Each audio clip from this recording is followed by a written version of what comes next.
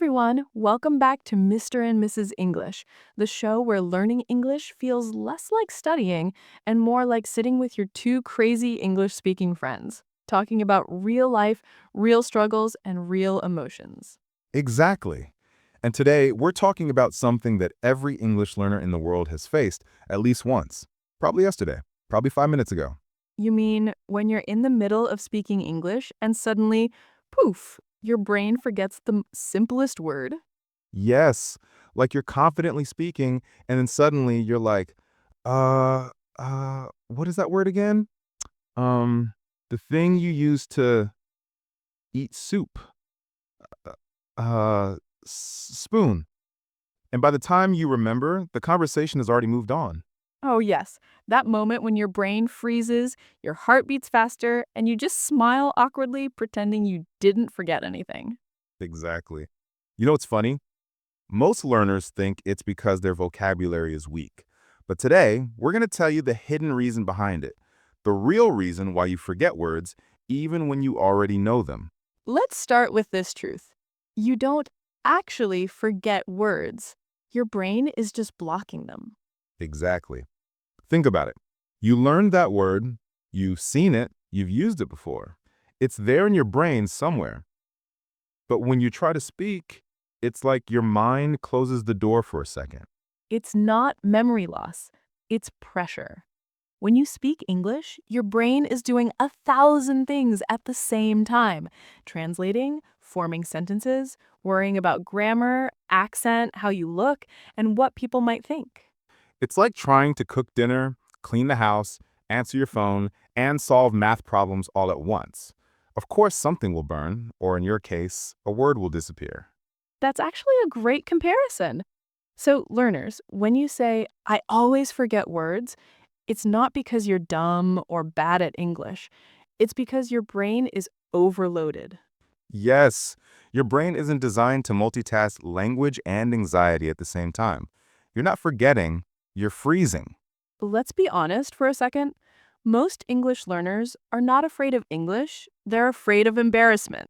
Boom, that's the line. Say it again. Okay, you're not afraid of English, you're afraid of embarrassment. Exactly. When you speak, you start thinking, what if I say it wrong? What if they laugh? What if they don't understand me? And that fear shuts down your memory system like a bad Wi-Fi connection.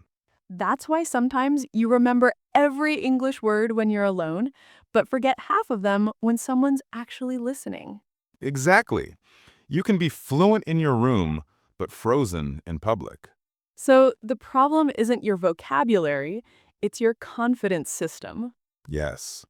And you can fix it. We'll get to that soon, but first, let's talk about something even deeper. Here's another reason you forget words. You're still thinking in your native language first. Exactly. You see something, and your brain goes Urdu to English, Hindi to English, Spanish to English, but your speaking speed doesn't wait. Yes. So while your brain is busy translating, your mouth is already expected to speak, and that's where the gap happens. And in that half-second delay, you freeze, you forget, you panic, and then you say, I forgot the word. But really, you didn't forget. Your brain was just searching in the wrong library. Yes, you're looking for the word in your native language section instead of your English section. That's why we always say, don't try to translate English, try to feel English. Connect ideas with English words directly. Exactly. For example, instead of thinking, what is the English for kanakaya? Train your brain to think, did I eat? Automatically in English. That's the switch. That's when fluency begins, when you stop translating and start connecting. Let me tell you a story. I once had a student named Sarah. She was brilliant. She could read English novels, watch Netflix without subtitles, and even write essays beautifully. But she couldn't speak, right? Exactly. Every time she tried, she froze. She'd say, I don't know why. I know all the words, but I forget them when I open my mouth. Classic. So one day I asked her to tell me about her favorite food in English while walking around the room. And you know what happened? She spoke perfectly. Because she forgot to be nervous? Exactly. Her body was moving, her mind was relaxed, and she wasn't thinking about mistakes. She was just talking. That's the secret. When your focus moves away from, I must speak perfectly, to, I'm just communicating, your brain finally lets go and your English flows. Science actually supports this. When you're relaxed, your brain uses a different memory system, the hippocampus, which helps you recall information easily. But when you're stressed, the amygdala takes over, the fight or flight zone, and your recall drops. Exactly. So if you want to remember words while speaking, you don't need more vocabulary flashcards. You need more calmness. That's so true. Calmness is the real fluency hack. I like that. Calmness is the real fluency hack. We should print that on a t-shirt. Yes, we should.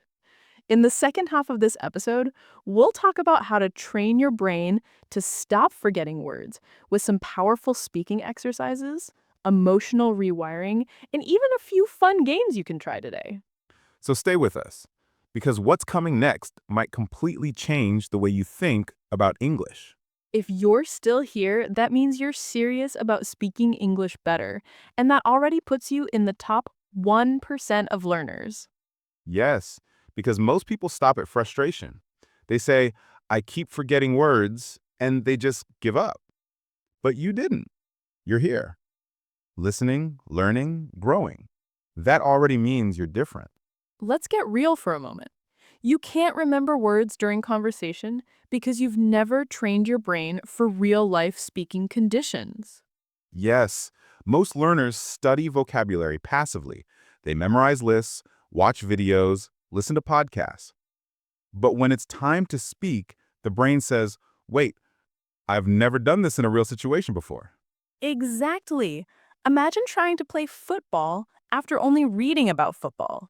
You know the rules, but you'll still trip over the ball. That's so true. Speaking English is the same. You need muscle memory. When you say words out loud repeatedly, when you use them in emotion, context, and voice, your brain starts remembering them automatically. That's why you must speak every day, even if it's to yourself. Describe what you're doing. Talk about your day. Argue with your shampoo bottle if you have to. Just speak. Exactly. Have deep conversations with your mirror. Mirror, do I sound fluent today? Exactly. Because your goal isn't perfection, it's comfort. When English becomes a habit, not a performance, the forgetting stops. Let me share a little secret used by language trainers. It's called emotional recall. Hmm, I like that name already. Here's how it works. You remember things better when they are connected with emotion. If you learned a new English word while laughing, crying, or feeling something strong, your brain stores it like a bookmark. Yes, that's why you still remember the funny line from a movie you saw 10 years ago, but not the vocabulary from last week's textbook. Exactly. So here's what you do. When you learn a new word, don't just read it. Create a mini story or a funny example with it. Make your brain feel it. For example, if you learn the word embarrassed, don't just memorize it. Say, I felt embarrassed when my phone rang loudly during class and my ringtone was Baby Shark. Yes, you'll never forget that word again. The stronger the emotion, the deeper the memory. That's how actors memorize long scripts. They attach feelings to words. So, learners, if you keep forgetting, stop studying words like machines. Start living them. Now, here's one of my favorite exercises. I call it the 5-minute reflection. Hmm, that sounds mysterious. What's that about? It's simple. Every night before you sleep, open your voice recorder or just talk to your mirror and answer these 3 questions in English. What happened today? What did I learn today? And what do I feel right now? Hmm, that's good because those three questions cover everything: story, learning, and emotion. Exactly. It forces your brain to recall real life words in real emotions. You'll be surprised. After 1 week, you'll start remembering words faster than ever. And you'll also sound more natural because you'll be speaking about your life, not grammar rules. Yes, because language isn't about correctness, it's about connection. Another big reason you forget words is because you're chasing fancy vocabulary. Yes, everyone wants to sound advanced, so they memorize big academic words they'll never actually use. Then when they try to speak, their brain goes, wait, should I say utilize or use? And boom, they freeze. Yes! Learners, listen carefully. Simple English is not bad English. It's real English. When you stop chasing big words, your fluency improves instantly because your brain has less to think about. So choose clarity over complexity. It's better to speak simply and confidently than to hesitate and forget. Exactly. Native speakers use simple words too. They just use them naturally. Here's a technique that can transform your English memory. It's called shadowing. Ah, yes, my favorite one. Shadowing is when you listen to a native speaker and repeat immediately, word for word, with the same rhythm and emotion. Exactly. It's not about understanding every word, it's about training your mouth and mind to move together. It's like dancing with words. At first, you'll step on your own feet, you'll miss words, you'll laugh, but then something magical happens. Yes, you start remembering phrases automatically. You stop translating, and suddenly you can recall words faster because your mouth has already practiced them. It's a simple trick, but if you do 10 minutes a day, you'll feel the difference in a week. Absolutely. Shadow your favorite movie, podcast, or even us, Mr. and Mrs. English. Yes, just don't shadow my bad jokes. No promises. Now, let's talk about something deeper, the way you see yourself while speaking English. That matters more than anything. Yes, if you see yourself as the shy learner, your brain acts shy too. Exactly. If you believe I always forget words, your brain will keep proving that belief true because your identity creates your performance. So you must start changing that voice in your head. When you forget a word, don't say, ugh, I'm stupid. Say, okay, my brain is updating. It's learning under pressure. Yes, be your own coach, not your own critic. You're learning a new language. That's one of the bravest things a human can do. And remember, even native speakers forget words sometimes. We say, what's that word again? All the time. Exactly. Fluency is not about perfection, it's about flow. Maybe you've been learning English for years. Maybe you've studied grammar books, passed exams, memorized hundreds of words. But when it's time to speak, you go blank. And every time that happens, a small part of you feels like giving up. But let me tell you something. You're not broken. You're becoming. Yes, your brain is still connecting wires. Every time you forget and try again, those wires get stronger. So don't say, I can't speak. Say, I'm still wiring my English brain. Exactly. Every mistake, every pause, every forgotten word is a sign that you're learning in real life. And one day, you'll be talking fluently, laughing, telling stories, and you'll realize, wait, I didn't forget a single word. That day is coming. And until then, keep going, keep speaking, keep living English. Because the only English you truly forget is the one you stop trying to speak.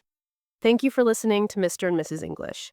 If this episode helped you, share it with a friend who's struggling to speak and remind them forgetting isn't failure, it's part of fluency. See you next time where we'll dive even deeper into your English journey. And remember, speak from the heart, not from the textbook.